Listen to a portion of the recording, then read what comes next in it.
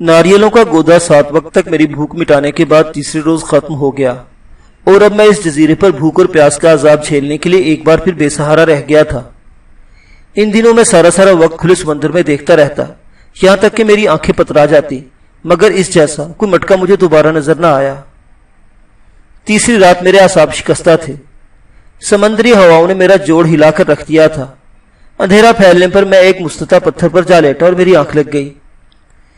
میری بیداری کا سبب وہ ہولناک سی گونج تھی، یہ رخساروں پر برسنے والے تھپڑ، یہ مجھے معلوم نہیں۔ ہوش میں آیا تو خود کو چوٹی اور گنجے سروں والے موٹے موٹے نیم برہنہ پنڈتوں کے درمیان موجود پایا۔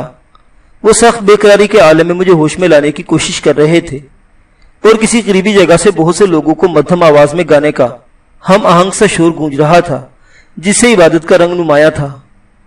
تیرا نام، مجھے ہوش میں آتے دیکھ کر ایک پنڈت جس کی پیشانی پر سندور ملا ہوا تھا دانت پیس کر بولا، جبلی۔ میں نے سہم کر کہا، ذات۔ میں بوکھلا سا گیا، یہ سوال میرے لیے عجیب سا تھا، ساتھ ہی میں یہ بھی سوچ رہا تھا کہ اب کس جنجال میں آپ پھنسا ہوں۔ میں تو اس ویران جزیرے پر سویا ہوا تھا، آخر اب یہاں کیسے پہنچا؟ تیری ذات۔ وہ پنڈت میرے بازو میں چٹکی لے کر غصے سے بولا، برہمن۔ غیر ارادی طور پر میرے منہ سے نکل گیا، کیونکہ اس وقت تک میں اس ذات کی صرف اس ذات سے ہی واقف تھا۔ کئی پنڈتوں کے منہ سے میرے جواب پر مایوسانہ آوازیں نکلی۔ اس وقت کمرے میں افراتفری سی پھیل گئی، لوگوں کی باتوں سے پتہ چلا کہ مندر کا مہا پجاری آپ پہنچا ہے۔ کیا ہوا، کیا بات ہے؟ وہ میرے قریب آتے ہوئے بولا، مہاراج غضب ہو گیا۔ ایک پنڈت رو دینے والی آواز میں بولا، ہوا کیا؟ یہ مندر کی دیوار تلے سویا پڑا تھا، ہم اسے اٹھوا کر اندر لے آئے کہ آج کی پوجا پر اجنبی کی بھیٹ دیں گے، پر یہ بے ہوش تھا۔ اب پوجا پاٹ شروع ہو چکی اور یہ کہتا ہے کہ میں برہمن ہوں۔ انے آئے، انے آئے۔ مہاراج دونوں ہاتھوں کو چھو کر بولا، اسے فوراً باہر پھنکوا دو، برہمن کی بھیٹ الٹی ہو جاتی ہے۔ مہاراج، اندر سارا انتظام مکمل ہے، پجاریوں میں اس بات کا بڑا جوش ہے کہ آج بھیٹ دی جانے والی ہے۔ ایک پجاری دبی دبی آواز میں بولا۔ مان میری نگاہ چھت پر گئی اور میرا رواں کانپ اٹھا۔ چھت پر ابھری ہوئی ہنومان کی مورتی سے شیطان لپٹا ہوا تھا، غصے اور نفرت سے اس کا چہرہ دہک رہا تھا۔ میں نے جلدی سے اپنی نظریں دوسری طرف پھیر لی، البتہ میرا دل اب بھی تیزی سے دھڑک رہا تھا اور میں سمجھ چکا تھا کہ اس نابکار نے میرا قصہ نمٹانے کے لیے ہی کسی طرح اس مندر میں پہنچوایا ہے، اور اب میرے فی البلدیہ جھوٹ پر کام بگڑ جانے سے سخت عیش کے عالم میں آیا ہوا ہے۔ بھیٹ ضرور دی جائے گی، مہا پجاری رازدارانہ لہجے میں پنڈتوں سے بولا۔ پرسوں بدری ناتھ جو مسلمان کنیا اٹھا کر لایا ہے، آج اس کی بھیٹ ہوگی، ہم اپنا کوئی اور بندوبست کر لیں گے۔ پھر وہ سب مجھے کسی خارج زدہ کتے کی طرح ہانکتے ہوئے مندر سے باہر لائے اور دھمکیاں دے کر رات کے ہولناک سناٹے میں کافی دور چھوڑ دیا۔ مجھے توقع یہ تھی کہ شیطان مجھے تنہا پاتے ہی میرے پاس آئے گا، لیکن وہ نہ آیا۔ میں کچھ دیر اس ویرانے میں یکو تنہا کھڑا رہا، پھر آہستہ آہستہ ایک طرف کو چل دیا۔ کچھ دیر بعد میں اسرت زدہ خوابیدہ بستی میں جا پہنچا، جہاں بہت سے مکین گرمی اور جگہ کی تنگی کے باعث اپنی ٹوٹی پھوٹی چارپائیوں والی جھوپڑوں سے باہر ڈالے بے خبر سو رہے تھے۔ میں سر جھکائے گندی گلیوں اور تنگ راستوں سے گزر رہا تھا کہ اچانک کسی طرف سے ایک خوبصورت اور جوان لڑکی میرے سامنے نکل آئی۔ میں نے حیرت سے پلکیں جھپکا کر اس کی طرف دیکھا۔ تم کون ہو؟ ایک لڑکی، وہ بے باکانہ لہجے میں بولی، جو رات کی گناہ پرور تاریکی میں کھلی دعوت کے ساتھ تمہارے سامنے آئی ہے۔ میں اس صورتحال پر پراگندہ ذہنی رو کا شکار تھا۔ ذرا ہی دیر قبل میں عطاب اور مصائب میں مبتلا تھا، اب ایک خوبصورت لڑکی میری ظاہری مفلس اور خستہ حالی کے باوجود خود کو میرے سامنے پیش کر رہی تھی، اور یہ مفت کی دعوت نہیں ہے۔ لڑکی کی آواز نے مجھے چونکا دیا۔ میری قیمت چاندی کے سکے ہیں، مگر میں بالکل قلاش ہوں۔ میں نے اپنے ہونٹوں پر زبان پھیرتے ہوئے بے بسی سے کہا، کوئی بات نہیں۔ وہ شان بے نیازی سے بولی، میں اکیلی ہوں، اس لیے چوری چھپے گاہک تلاش کر رہی ہوں۔ اب تم میرا ساتھ دو، آج کی رات کے لیے کوئی موٹی اسامی مل جائے گی تو باقی رات تمہارے لیے دے سکتی ہوں۔ بھلا میں تمہارا ساتھ کیسے دے سکتا ہوں؟ بہت آسانی سے۔ پولیس مل جائے تو تم میرے پتی، گاہک ملے تو میرے محافظ۔ اتنا کہہ کر اس نے میرا جواب سنے بغیر ہاتھ تھاما اور ساتھ لے کر ایک طرف چل دی۔ وہ جس طرح تیز تیز قدموں سے اور سیدھا راستہ چھوڑ کے ایک مخصوص راستے پر بڑھ رہی تھی، اس کی وجہ سے میرے ذہن پر چھاتا ہوا خمار آوارگی کے خمار مان پڑنے لگا۔ ایک جگہ مجھ سے رہا نہ گیا اور میں اس سے پوچھے بیٹھا، تمہیں کہاں پہنچنے کی جلدی ہے؟ اس نے چونک کر میری طرف دیکھا اور کچھ کہے بغیر اچانک میرے سینے سے آ لگی اور اپنے گرم گرم یاقوتی ہونٹ میرے رخساروں پر رکھ دیے۔ میں نے بھی بے چین ہو کر اس نے بازو میں بھینچ لیا۔ من آس پاس کسی گشتی سپاہی کی سیٹی کی آواز ابھری اور مچھلی کی طرح پھسل کر میری باہوں سے نکل گئی۔ ہم دونوں اس جگہ سے ذرا ہی دور گئے ہوں گے کہ سامنے سے کوئی دراز قامت ہولا اپنی لاٹھی ٹیکتا پختہ سڑک پر کھٹ کھٹ کی آواز پیدا کرتا تیزی سے اپنی طرف آتا نظر آیا۔ لڑکی نے ایک ثانیے کے لیے گھبرائی ہوئی نظروں سے اس کی طرف دیکھا، پھر مجھ سے ہاتھ چھڑایا اور وہیں کھڑے کھڑے ایک دم فضا میں تحلیل ہو گئی۔ میرے روئیں روئیں سے پسینے کی ٹھنڈی ٹھنڈی بوندیں بہہ نکلی۔ پھر اس سے قبل کہ میں وہاں سے فرار ہوتا ویلا قریب آ پہنچا۔ اسے پہچانتے ہی میرا دل بلیوں اچھل پڑا اور میں نے محسوس کیا کہ جیسے میں اب ہر قسم کے مصائب اور پریشانیوں سے محفوظ ہو چکا ہوں۔ آنے والا اندھا درویش جابر تھا۔ خادم، اس نے مجھ سے چند قدم دور رک کر مجھے پکارا، مبارک ہو، اب تو شیطان لعین کے چنگل سے ہمیشہ کے لیے نجات پا چکا ہے۔ بابا، میں نے کانپتی ہوئی آواز میں اس سے کہا اور دوڑ کر اس کے قدموں میں گر گیا۔ اٹھ جا اٹھ جا، مجھے گناہگار نہ کر۔ وہ میرا شانہ پکڑ کر مجھے اٹھاتے ہوئے بولا، بابا بابا میں کیسے آزاد ہوا؟ یہ لڑکی کون تھی؟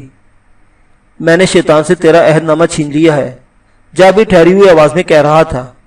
اس نے تجھے ایک جزیرے پر بھوک اور پیاس سے سسکار کر مارنے کی کوشش کی تھی، لیکن خدا نے تجھ کو وہاں بھی پہنچایا رزق جہاں نہ سبزہ تھا نہ پانی۔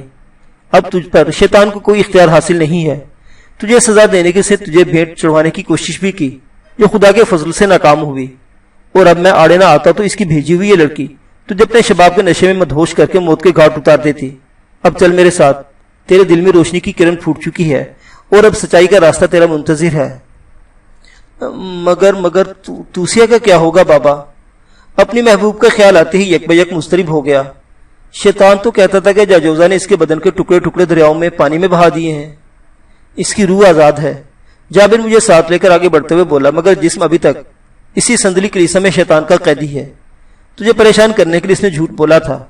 جب تک اس کی زندگی ہے نہ جاجوزہ اس کے بدن کے ٹکڑے کر سکتا ہے، نہ شیطان اسے مار سکتا ہے۔ وہ رہا کیسے ہوگی؟ اس کے بغیر میں زندہ نہ رہ سکوں گا بابا۔ جابر کچھ نہ بولا۔ اس کی اندھی نگاہیں خلا میں کسی گمنام نقطے پر مرکوز تھی۔ راستے میں مجھے جابر کی زبانی اس غیبی مٹکے کی حقیقت معلوم ہوئی جس میں تر و تازہ ناریل اور بیسنی روٹیاں سمندر میں بہتی مجھ تک پہنچی تھی۔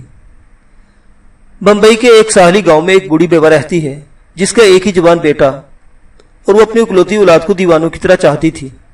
اس کا لڑکا پیشے کے اعتبار سے ماہی گیر تھا اور گاؤں سے جانے والی بادبانی کشتی پر کھلے سمندر میں پہنچ کر مچھلیاں پکڑتا تھا۔ ایک روز اس کا لڑکا کھلے سمندر میں گیا اور پھر لوٹ کر نہ آیا۔ غضبناک ہواؤں نے کشتی کے بادبانوں کے چیتھڑے اڑا دیے، طوفانی لہروں نے کشتی کا ایک ایک قطع الگ کر دیا اور سارے ماہی گیر جان بچانے کے لیے سمندر میں کود گئے۔ اگلے 3 دنوں میں اس کی کشتی کہ 13 میں سے صرف 7 مچھرے کھلے سمندر کی سرکش موجوں سے مقابلہ کر کے خستہ حالی کے عالم میں گاؤں لوٹے۔ آنے والوں نے بوڑھی کے بیوہ لڑکے کو آخری بار ایک بڑے سے تختے پر لپٹے سمندر میں زندگی کی جدوجہد کرتے دیکھا تھا، پھر اس کا کوئی سراغ نہ مل سکا۔ اس خبر نے عورت کا دماغ الٹ دیا۔ وہ یقین کر ہی نہ سکی کہ اس کا گبرو جوان مر سکتا ہے، اور اسی روز سے وہ ایک مٹکے میں اپنے بیٹے کا کھانا کھلے سمندر میں روانہ کرتی ہے۔ اسے پورا یقین ہے کہ اس کا بیٹا زندہ ہے اور کسی ویران جزیرے پر مدد کا منتظر ہے۔ جس دن کوئی جہاز اسے نظر آ گیا وہ سیدھا گاؤں آئے گا اور اس سے لپٹ جائے گا۔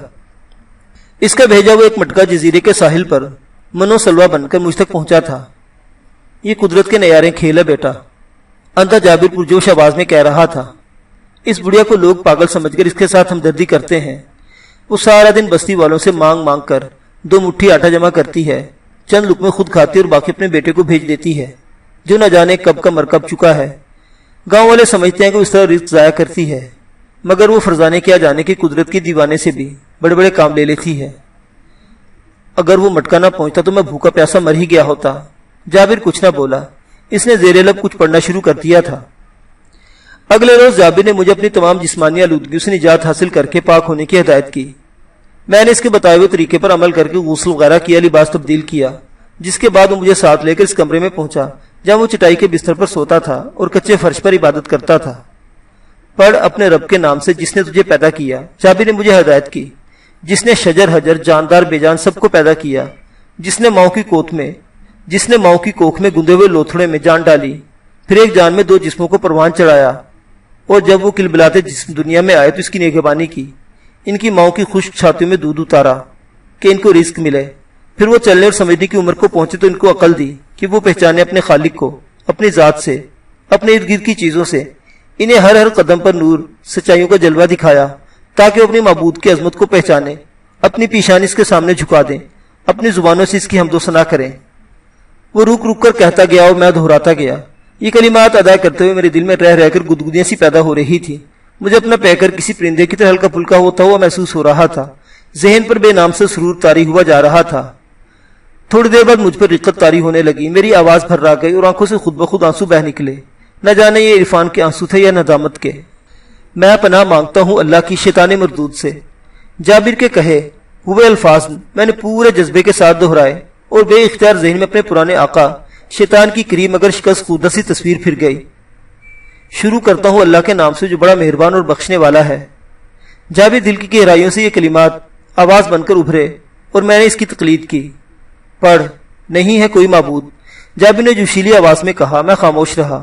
ذہن میں الجھن سی ہونے لگی، پڑھتا کیوں نہیں؟ جابر کا چہرہ غصے سے لال ہونے لگا۔ غلط بات کیسے پڑھوں بابا؟ میں نے ڈرتے ڈرتے کہا۔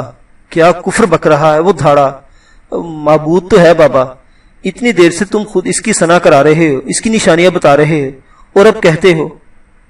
جابر کے بے نور چہرے پر آسودہ اور مشفقانہ مسکراہٹ تیر گئی۔ اس نے میری بات درمیان میں سے اچک لی۔ تو ٹھیک کہتا ہے، اب پھر نہیں ہے کوئی معبود اللہ کے سوا۔ اور یہ پڑھتے ہوئے میرا دل مطمئن تھا۔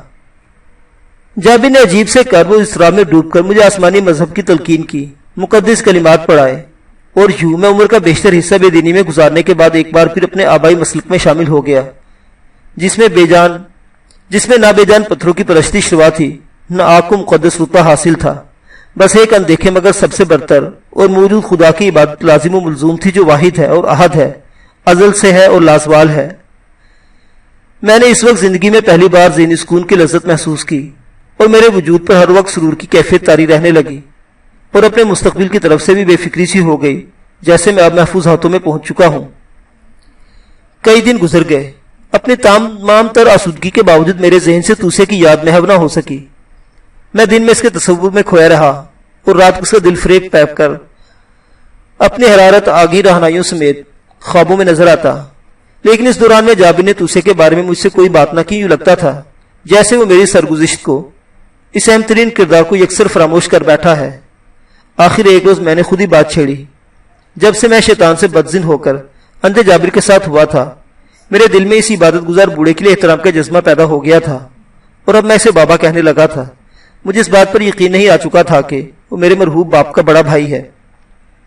بابا، تم نے مجھ سے کوئی وعدہ کیا تھا، میں نے کہا۔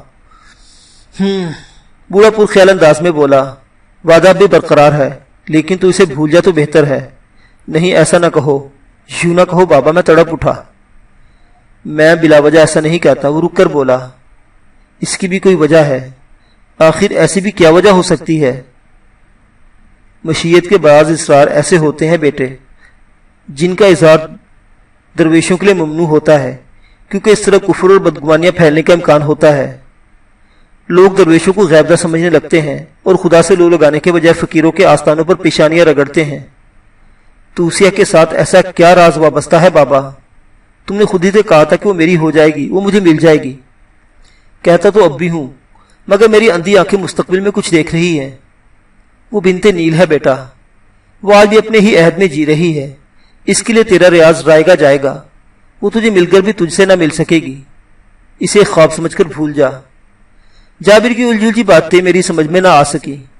آج تم نہ جانے کیسی باتیں کر رہے ہو، وہ مجھے مل کر بھی نہ مل سکے گی، بھلا یہ کس طرح ہو سکتا ہے؟ سب کچھ ہو سکتا ہے، وہ اٹل لہجے میں بولا۔ میں اس کے بغیر سکھ کی زندگی نہ گزار سکوں گا بابا، مجھے اس کا سہارا چاہیے۔ میں خوشامدانہ لہجے میں بولا۔ جابر نے مجھے لاکھ سمجھانا چاہا، مگر میں اپنی بات پر اڑا رہا۔ یہ حقیقت تھی کہ توسے کے بغیر میری زندگی اب بے کیف تھی۔ اس کوشش میں جابر کی ذہنی حالت خاصی اشتباہ آمیز تھی۔ وہ رہ رہ کر یوں مضطرب ہو جاتا تھا جیسے وہ کوئی خاص بات کہنا چاہتا ہو لیکن کہہ نہ پا رہا ہو،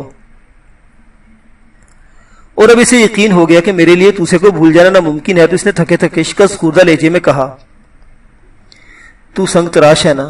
ہاں بابا، یہ تو میرا آبائی پیشہ ہے۔ پیشہ ضرور ہے، مگر تو پتھر کے بحروب تراش بھی سکتا ہے، یا صرف نام کا سنگ تراش ہے؟ کاش تمہاری آنکھیں ہوتی، میں نے حسرت بھرے لہجے میں کہا، پھر میں تمہارا بت تراشتا اور تم دیکھتے کہ میری انگلیوں میں کتنی نزاکتیں خوابیدہ ہیں۔ سنگ تراشی منع ہے خادم، وہ مجھے سمجھانے کے انداز میں بولا۔ تیرا باپ نادان تھا، میں نے تو بچپن ہی سے چھینی ہتھوڑی کو ہاتھ نہ لگایا، پھر میری آنکھیں ضائع ہو گئیں، اور یہ اچھا ہی ہوا۔ اس طرح کم از کم دیکھنے کے لیے گناہ سے تو بچ گیا۔ بیٹا مسلمان بت تراش نہیں ہوتا، بت شکن ہوتا ہے۔ پھر تم کیوں پوچھ رہے ہو؟ تیری محبت کی خاطر توسیہ کے لیے کہو بابا رک کیوں گئے ہو؟ اور جابر مجھے کچھ ہدایات دینے لگا۔ اگلے روز میں نے بازار سے اوزار خریدے، پتھر فراہم کیے اور مکان کے سین میں اس پتھر کو تراشنا شروع کر دیا۔ 2 روز تو مجھ پر دھیما پن چھایا رہا۔ مشق نہ ہونے کے باعث میرے ہاتھ رک رک کر چل رہے تھے۔ اس دوران میں جابر اپنے کمرے سے باہر نہ آیا۔ کھانا وغیرہ کے لیے وہیں سے آواز دے کر مجھے بلا لیا کرتا تھا۔ تیسرے دن میرے وجود میں بجلی سرایت کر گئی۔ فضا میں سینکڑوں سنگریزوں کی بوچھاڑ ہونے لگی۔ میرے ہاتھ مشینی انداز میں چل پڑے اور پتھر موم ہو گیا۔ دوپہر میں جابر نے مجھے آوازیں دی، لیکن میرے کان شاید بہرے ہو چکے تھے۔ میں نے سنی انسنی کر کے اپنے کام میں لگا رہا اور جابر نے بھی باہر آ کر میرے کام میں دخل اندازی نہیں کی۔ دن ڈھل گیا اور تیرگی کے سائے ہر سو دراز ہونے لگے، لیکن میرے ہاتھ اسی طرح چلتے رہے۔ اس پتھر کا ایک ایک حصہ میرے ذہن میں بیٹھ چکا تھا۔ محض اندازے پر میرے ہاتھ چلتے رہے اور شاید قدرت بھی میرے ساتھ تھی۔ تاریکی میں صنم تراشی کی یہ زحمت زیادہ دیر جاری نہ رہی۔ وسطی دنوں کا بھرپور چاند اپنی ٹھنڈی ٹھنڈی نقرئی کرنوں سے منور ہو کر صحن کو منور کرنے لگا۔ میں 3 دن تک پاگلوں کی طرح اس پتھر کو تراشتا رہا۔ اب آہستہ آہستہ وہ توسیہ کا بے چان روپ دھارتا جا رہا تھا۔ اس دوران میں نہ جابر میرے پاس آیا، نہ میں اس کے کمرے میں گیا۔ شاید اسے احساس ہو چکا تھا کہ اب میں اپنے کام میں ڈوب چکا ہوں۔ 7ویں دن دھیمی دھیمی آخری ضربوں کی گونج ابھری اور میرے ورم زدہ ہاتھوں سے تھوڑا چھینی چھوٹ گئی۔ میں نے گرم گرم چھینی کو چوم کر مجسم کے قدموں میں ڈال دیا اور کسی مدہوش شرابی کی طرح لڑکھڑاتا ہوا چند قدم پیچھے ہٹایا۔ پتھر کی اس مرمری چٹان کی جگہ اب میری توسیہ کھڑی ہوئی تھی۔ دراز قامت، ریشمی زلفیں، شاہانہ تاج، دمکتے ہوئی کشادہ پیشانی، اد کھلی غزالی آنکھیں، گھنیری پلکیں، ستواں سی ناک، پتلے پتلے یاقوٹی ہونٹ جن پر ابدی مسکراہٹ سب تھی، گداز بدن، ڈھیلا لبادہ اور فضا میں میری طرف بڑھتے ہوئے ہاتھ۔ میں بے اختیار خود بخود مسکرا دیا۔ توسیہ، توسیہ۔ میں نے اپنی پراسرار سی سرگوشی کسی گہرے کنویں سے ابھرتے ہوئے محسوس کی۔ وہ بت اپنی جگہ خاموش کھڑا رہا، خاموش اور اٹل، ہونٹوں پر لازوال مسکراہٹ لیے، پلکیں جھپکائے بغیر، قدموں کو جنبش دیے بغیر۔ توسیہ میں تھک گیا ہوں، میں وہ پورے عشق سے ہانپتے ہوئے بولا اور اپنے دونوں ہاتھ فضا میں پھیلا دیے۔ توسیہ میری آغوش میں آ جا، دیکھ میں کب سے تیرے انتظار کی کرب میں مبتلا ہوں، آ جاؤ۔ وہ بت پھر بھی نہ بولا۔ میں جھومتا ہوا اس کی طرف بڑھا۔ میں نے محسوس کیا کہ میرے سارے بدن پر ورم آ چکا ہے۔ میری چال میں رغش تھی، بدن کے روح روئیں سے آگ نکلتی ہوئی محسوس ہو رہی تھی۔ تو بولتی کیوں نہیں؟ میں نے اس کا بڑا ہوا ہاتھ تھام کر غصیلی آواز میں بولا۔ پھر نہ جانے اس بت نے جنبش کی یا میرا سر چکرایا، مجھے کچھ ہوش نہیں رہا۔ میں تیورا کے کچے فرش پر بکھرے ہوئے سنگریزوں پر گرا۔ نگاہوں کے سامنے تاریک اور گنجان دائروں کی ایک کہکشاں سی لرز گئی اور ذہن پر دھند چھاتی چلی گئی۔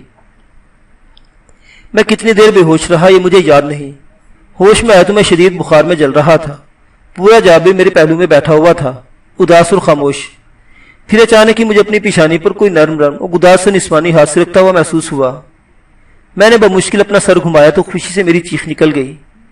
میری توسیہ جیتے جاگتے انسانی پیکر میں میرے سرہانے موجود تھی۔ میں اسے پکارتا ہوا دیوانہ وار بستر سے اٹھا، مگر آنکھوں کے سامنے اندھیرا چھا گیا۔ توسیہ نے اپنی آغوش کا سہارا دیا اور میرے دکھتے ہوئے بدن کو بستر پر لٹا دیا۔ میں نے نیواں آنکھوں سے اس کی طرف دیکھا، کچھ کہنا چاہا، لیکن زبان لڑکھڑا گئی اور میں پھر بے ہوش ہو گیا۔ اگلی بار ہوش آیا تو نہ جابر سامنے تھا، نہ توسیہ سرہانے موجود تھی۔ بابا تم کہاں ہو؟ توسیہ کہاں ہے؟ میں نے نحیف آواز میں جابر کو پکارا۔ لاٹھی کی کھٹکھٹ کے ساتھ ہی جابر میرے سامنے آ موجود ہوا۔ اس کے اندھی آنکھوں کے گوشوں میں آنسو کے قطرے جھلملا رہے تھے۔ میں تیرے پاس ہی ہوں بیٹا، وہ سرد اور جذبات سے آری لہجے میں بولا۔ تم رو کیوں رہے ہو؟ توسیہ کہاں ہے؟ وہ میرے پاس کیوں نہیں آتی؟ جابر کی حالت دیکھ کر مجھے وحشت ہونے لگی۔ میں رو تو نہیں رہا، وہ جلدی سے بولا۔ وہ توسیہ بھی تیرے پاس ہے؟ کہاں ہے وہ؟ میں نے اپنے ساری قوت مجتمع کر کے بستر پر بیٹھ گیا۔ دوسرے کمرے میں۔ اس کی کانپتی اور دہنی آنکھ سے ایک آنسو اس کے بوڑھے رخسار پر ڈھلک آیا۔ تم جھوٹے ہو، میں پوری قوت سے چیخ پڑا۔ وہ دوسرے کمرے میں ہے اور تم کیوں رو رہے ہو؟ تم مجھے دھوکہ کیوں دے رہے ہو؟ میں کانپتا لرزتا بستر سے نیچے اتر پڑا۔ مشیت کا وہ راز جابر اب خود پر قابو نہ پا سکا، اس کی آواز بھرائی ہوئی تھی جسے میں تجھ سے چھپا رہا تھا، آج ایک ہٹل حقیقت بن چکا ہے۔ تو سے تجھے مل کر بھی تجھے نہ مل سکے گی۔ بکواس مت کرو، میں جابر کے گریبان سے جھول گیا۔ صاف صاف بتاؤ کہ تم پر کیا مصیبت نازل ہوئی ہے؟ میں غصے سے پاگل ہوا جا رہا تھا۔ میں نے توسیہ کا بدن تیرے آقا منحوس آقا سے چھین لیا، اس کی گمشدہ روح کا جسم سما کر تیرے پاس آئی، مگر تیرا ریاض بیکار تھا بیٹھا، اس کی عمر کم رہ گئی تھی، ذرا دیر پہلے وہ نظر کا شکار ہو چکی ہے، دیکھ لے، آخری باری سے دیکھ لے، تم جھوٹے ہو، مر نہیں سکتی۔ میں وحشت کے عالم میں چیختا دوسرے کمرے کی طرف لپکا۔ وہاں ایک اندھوناک صدمہ واقعی میرا منتظر تھا۔ میری محبت، میری زندگی توسے چارپائی پر پڑی ہوئی تھی۔ اس کا گلابی چہرہ سفید ہو رہا تھا، جیسے اس کے بدن سے خون کا آخری قطرہ تک نچوڑا جا چکا ہو۔ ہونٹوں کی مسکراہٹ نہ جانے کہاں گم ہو چکی تھی، چہرے سے سخت کرب نمایاں تھا، اور اب کھلی دہشت زدہ آنکھوں میں انتظار کی کیفیت سمٹ آئی تھی، اور بدن پر لرزہ طاری تھا۔ توسیہ! میں چیخ کر اس سے لپٹ گیا۔ خادم! اس کے ہونٹوں سے موت کی سرگوشی ابھری۔ میں نے بے اختیار اس کے لرزتے ہوئے یکباستہ ہونٹوں کو چوم لیا۔ اس کا جسم میری آغوش میں آخری بار بری طرح کانپا اور ساکت ہو گیا۔ گردن ایک طرف ڈھلک گئی اور میں بلک کر رو پڑا۔ مجھے یوں محسوس ہوا جیسے اب بھری دنیا میں تنہا رہ گیا ہوں۔ وہ ایک قیامت تھی جو مجھ پر بیتی۔ میری محبت توسیہ مر گئی اور میں زندگی کے دشوار سفر کو طے کرنے کے لیے تنہا رہ گیا۔ کئی روز مجھ پر پاگلوں جیسی کیفیت طاری رہی۔ میں ہر وقت خلا میں گھورتا رہتا اور پھر چونک کر توسیہ پکارنے لگتا۔ اندر جابر کی حالت بھی ابتر تھی۔ اپنی مصیبت اس کی طرف توجہ دینے کی نوبت ہی نہ آ سکی۔ پھر جب میرا اعصابی تناؤ اور جنون دھیمے دھیمے سوگوار سے اضمحال میں تبدیل ہوا تو میں جابر کی حالت دیکھ کر کانپ اٹھا۔ وہ بیٹھے بیٹھے گڑ گڑا کر رو پڑتا، کبھی اپنے منہ پر تھپڑ برساتا اور کبھی نادیدہ ہولوں سے ڈر کر ادھر ادھر چھپنے لگتا۔ پہلے تو مجھے اندازہ ہی نہ ہو سکا کہ اسے کیا ہو گیا ہے۔ چند ہی دن میں اس کا سارا کساؤ بڑھاپے میں ڈھل گیا، کمر جھک گئی، چہرے گردن اور ہاتھوں پر گہری جھریاں نمودار ہونے لگی۔ احساس اس قدر ختم ہو گیا کہ چند قدم بھی لاٹھی کے بغیر نہ چل سکتا تھا۔ وہ بار بار در و دیوار سے ٹھوکریں کھاتا اور خود کو زخمی کرتا تھا۔ آہستہ آہستہ اس کا ذہنی توازن بالکل ہی بگڑ گیا، اور اس کی بے تکی چیخو پکار سے میں نے یہ نتیجہ اخذ کیا کہ وہ درویش منش اور خدا ترس انسان تھا، لیکن میری خاطر اس نے مسلک سے بغاوت کی۔ توسے کے اصول کے اس نے مجھ سے بت تراشی کرائی، اس کی ترغیب دی، اور یوں خود ماتوب ہو گیا، اور میں بھی توسے سے محروم ہی رہا۔ اس مرحلے پر اس کی یہ بات میری سمجھ میں آئی کہ توسے مجھے مل کر بھی نہ مل سکے گی، اور میں نے بار بار سوچا کہ کاش میں نے اس کی بات مان لی ہوتی۔ شاید اسے پہلے ہی سے آگاہی حاصل ہو چکی تھی کہ توسے اب چند دن کی مہمان ہے، جو کرب و اذیت کی قید میں صدیوں زندہ رہی، وہ میری آغوش میں چند ثانیے بھی سانس نہ لے سکے گی۔ میں نے جابر کا بہت علاج کیا، لیکن بے سود۔ وہ علاج و شفا کی حدود سے تجاوز کر چکا تھا۔ اس کی حالت سے مجھے بھی عبرت ہوئی، اور میں نے صنم تراشی سے صدقے دل سے توبہ کر لی۔ میں اب بھی سنگ تراشی ہوں، لیکن پتھر سے جانداروں کے پیکر نہیں تراشتا، بلکہ میرا فن سنگ مرمر پر نقوش نگاری کی راہ اختیار کر گیا ہے۔ جب اس کام سے تھک جاتا ہوں تو ان لوگوں کے سراہنے کی نشانیاں تیار کرتا ہوں جو اب ہم میں نہیں رہے، اور فکر و عمل کی ہر قوت سے محروم ہو کر منو خاک کے نیچے دبے پڑے ہیں۔ اور اندھا جابر، وہ پاکستان آنے کے بعد میرے سائے سے بھی بگڑتا ہے۔ اس کے جنون کا وہی عالم ہے، اور وہ اپنے آپ کو بند روڈ کے فٹ پاتھوں پر اکثر لاٹھی ٹیکتا اور قرات کرتا نظر آئے گا۔ اس کی کمر خمیدہ ہو چکی ہے، خوا دواب دے چکے ہیں، چہرے پر وحشت بڑھتی ہے، جس سے بے ترتیبی سے اگی ہوئی داڑھی اور اضافہ کرتی ہے۔ وہ بھیک مانگ کر اپنا گزارا کرتا ہے اور رات کسی صاحبان تلے گزار دیتا ہے۔ میں نے کئی بار اسے اپنے پاس لانا چاہا، لیکن وہ مجھے پہچانتے ہی ننگی ننگی گالیاں بکنی شروع کر دیتا ہے۔ ایک دو بار میں نے ادھر سے گزرتے ہوئے اس سے بات کیے بغیر اسے خیرات دینے کی کوشش کی، لیکن شاید وہ میری بو بھی پہچانتا ہے، اور سارے پیسے پھینک کر کسی ویسے زیادہ چپائی کی طرح چیختا ہوا ہجوم سے ٹکراتا ایک طرف بھاگ نکلتا ہے اور بار بار چلاتا ہے، مجھے اس موذی سے بچاؤ، یہ سنگ تراش ہے، اس نے میری عاقبت تباہ کر دی ہے۔ میں توسے کے بعد اس کی طرف سے بھی دکھی ہوں، اور اس کے سکون کی خاطر اس کے قریب جانا ترک کر چکا ہوں۔ ہاں، خیرات کی خاطر دوسرے تیسرے روز دور ہی سے اسے دیکھ آتا ہوں۔ ایک دو شناساؤں نے بھی اسے ملنے کی کوشش کی، لیکن وہ جو ہی اس کا نام لیتے ہیں وہ بدک جاتا ہے، چلے جاؤ، میں کسی جابر کو نہیں جانتا، میں جابر نہیں ہوں، مجھے اندھے و مجبور کو تنگ نہ کرو۔